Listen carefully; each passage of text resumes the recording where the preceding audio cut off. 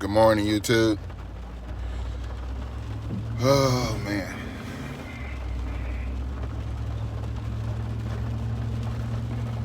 What is it, about 8:56? Today I wanted to do a video on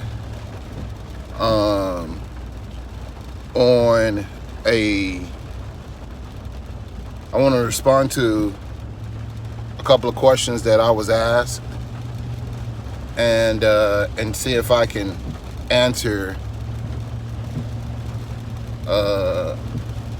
what can seem to be,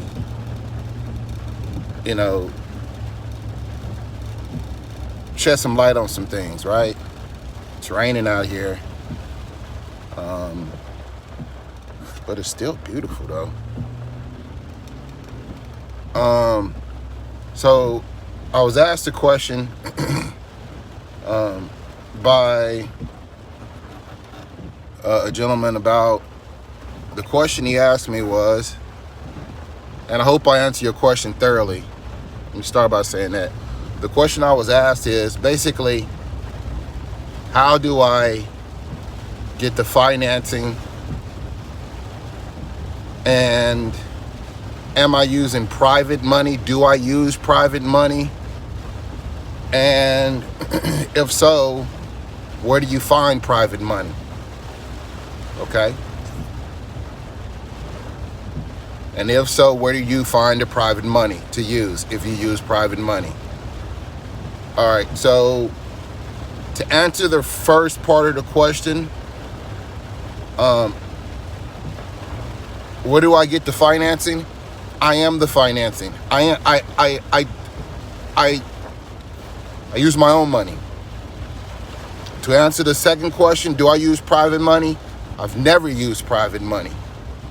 Never. I've never used private money. Something I learned about using private money is that the time frame that they usually probably want to get paid back their private money, you probably are not going to be in position to pay them back their private money. And it's just going to put you in a strenuous situation, right? So I never saw that as a way of making sense. Hey man, I never saw that as a way of making sense.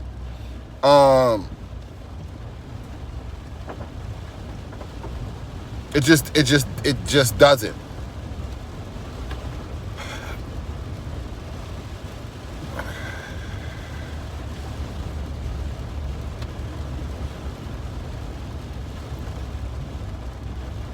That's the first part, because that's a whole nother video and I don't want to go into detail about it. I just wanted to touch on it, right? The second more important topic I wanted to touch on is how do I do it? Let me explain to you from the top of how I do it, right? I'll explain to you from the top of how I do it. I have an ideal in my head, and then it's usually the finished product idea, like everyone else. This is how you want to see it happen, right? And we don't think about all the work in between getting you from where you are today to the idea in your head, right? Reverse engineer. You have to become a master at reverse engineering to get where you want to be.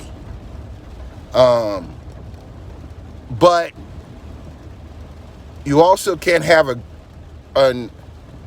you also have to be practical about the steps that you take and moving towards the direction that you're trying to go, right? So for example, it's kind of like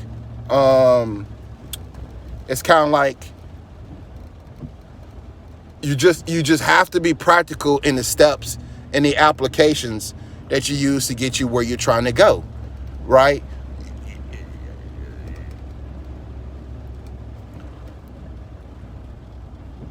There is no get rich quick scheme. Let me repeat that. Don't think about another person's pockets. That's number one. Focus on your own formula. But number two, there is no get rich quick scheme. You have to go through the work. You have to go through the work. And the work is where the magic happens, right? You agreeing to do the work, that's the God power, man. That's where the magic happens. That's where the magic happens. Hard work makes winners.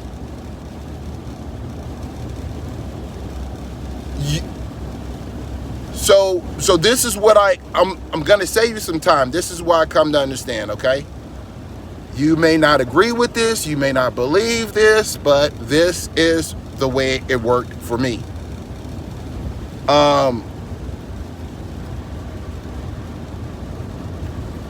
60,000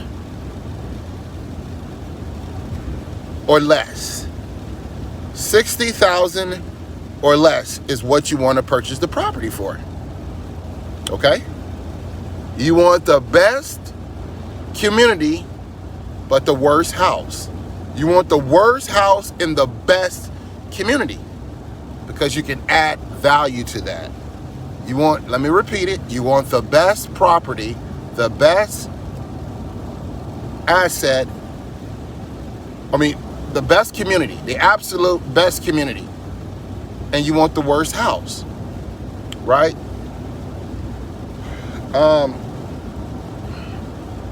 So then you naturally go to a mentality of thinking, well, if everyone in the community know that the properties have a ton of equity in them, then why wouldn't they just sell the property on the market instead of selling it to you? That's a natural question to ask. Why wouldn't they just put the property on the market and sell the property on the market instead of selling it to you?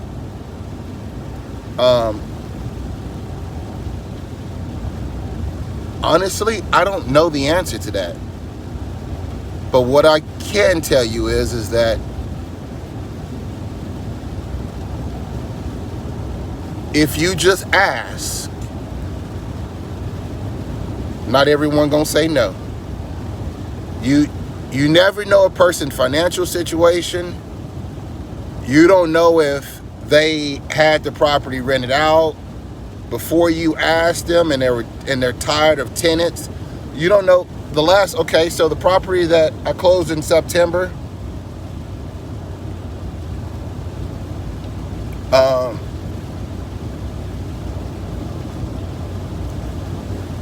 when I spoke to the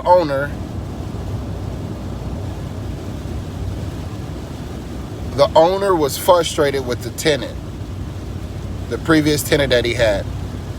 The owner lived 4 hours away. The owner inherited the house, so you won't think that the owner is losing money. The owner inherited the house 5 or 6 years ago from his grandmother.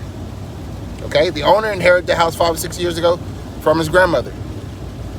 He was upset because he had went into the house just 18 months ago and he put travertine tile down in the restroom, the master shower area. He put the plank hardwood in the living room, the kitchen, the hallways, the back room. It's a 3-bedroom, 2-bedroom house. And he rented it out to the wrong person. And the guy he rented it out to literally was just wasn't a great tenant. And he never recuperated the money from the renovation. Then he had to turn around and pay taxes. And him and his wife had 3 daughters, so they just had to drive 4 hours, and family helping them fix stuff, and they were just tired of it. So they wanted to get off under it, right? They wanted to get off under it. And you presenting a person cash today, people are likely to accept less cash today than what they can get down the road.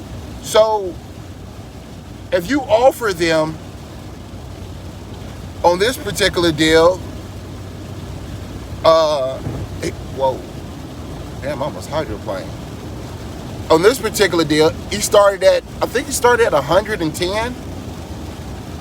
And when he said 110, I said, what did I say? No, I said 38, 40, maybe 45, right? 45, you know? Sometimes you'll piss a person off, they won't call you back. I've done it to, well, we'll speak about that in a second. And I noticed when I said 45, he didn't walk me to the front door. We was talking about it in the back bedroom, the master bedroom. When he said 45, he didn't walk me out the front door. I said, okay. And so then you offer him or her the reasons why you say 45, right? Well, I need to fix this. I'll pay all the closing costs. I can have you your money in less than 10 days. You start to offer those kind of things, and it changes a little bit, right? You know, with this whole COVID thing, you know, I don't know what it's gonna look like, but I'll drop your check off I'll drop your cashier's check off. So he said, no, I can't do 45. He said, I'll do 65. And I said, you don't have a tenant. The tenant haven't cleaned up after themselves. You guys are here cleaning up everything yourself today. I said, let's meet in the middle. I'll do 50. He said, I can't do 50. And when he said I can't do 50, I knew that now we're trading on possibly losing the deal. So I said, okay, let's do 55. He said, I can't do 55. I said, well, what can you do? He said, I'll do 60. And when he said 60, I said, okay, now we're talking. Now we're talking. I said, can we do 58? And he said, I'll do 58. And we shook on 58. On 58,000. Okay? Because of the way the taxes rolled around and the closing fees and whatnot, he agreed to paying his own closing fee, which I later found out about right before I received my settlement statement, that I actually ended up paying 57 and some change. So I actually ended up getting it for 57.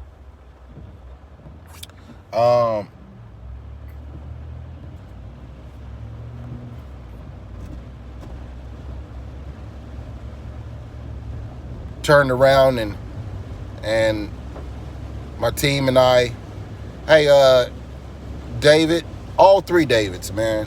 I appreciate you guys, man. If you guys watching the videos, man, I appreciate you guys. I noticed I didn't give you a shout out in the last video. Hey, big ups to you guys, man. Especially you, David, man, Simmons, man. I appreciate you, brother. Like you've been in my corner, man, and I appreciate all your hard work, man.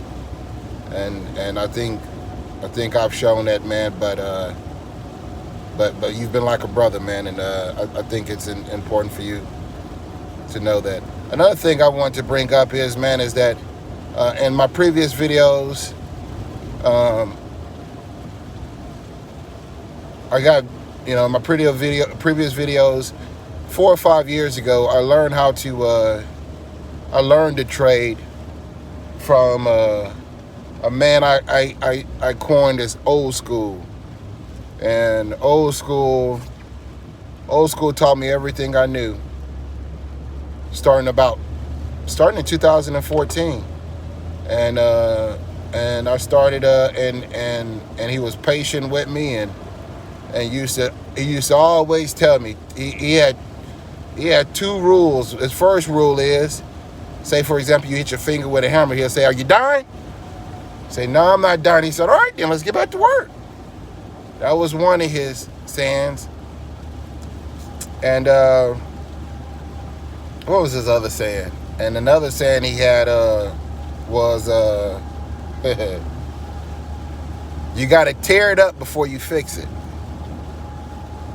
You got to tear it up before you fix it. If you learn them two rules, man, it's just wood. It's just wood and plastic. Plastic PEX, plastic plumbing. It's just wood and plastic. If you tear it up before you fix it, you can't go wrong. You can't go wrong.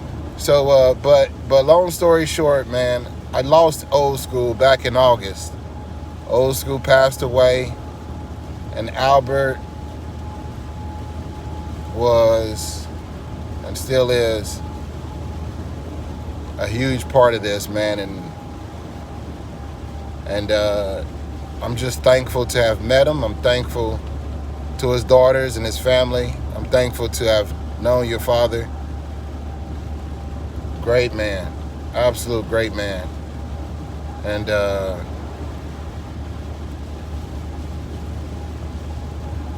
yeah, he changed my life. He changed my life for the better.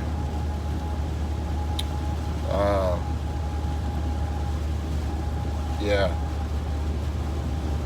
Yeah. So, with that being said, yeah, you just reverse engineer the problem. You take your time. You be patient. It's usually not a cash flow problem. Like you usually, it's not. So addressing back to the original topic that we started with, I'm sorry, kind of bouncing around the place, man, but to start back at the original topic that we started at, how do you get the money? It's almost like a question. It's almost like the same question of saying, how do you fix it? Or how are we going to fix it? Or it's the same, all of those are along the same wavelength of thinking. The only way you can fix the problem is if you're willing to fix the problem. That's what everything that you're experiencing is like. The only way you can fix the problem is if you're willing to fix the problem. So, like working on the house, it starts with you taking off all the bad wood and putting new wood in the place of the bad wood. Making the money starts with you working the 9 to 5 or whatever you got to do to save the nest egg, but instead of spending it in whichever way that you currently now spend it, you have to develop the discipline, the hard work, the patience, the willingness to save it. You have to save it. You have to save a nest egg. You have to save it.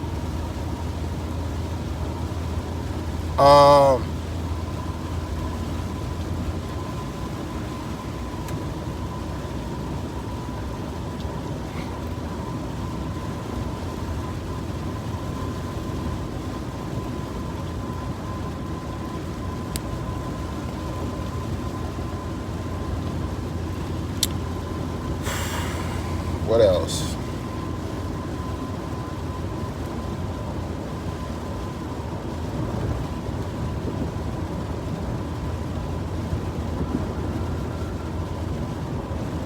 Yeah, I think we probably pretty much touched on.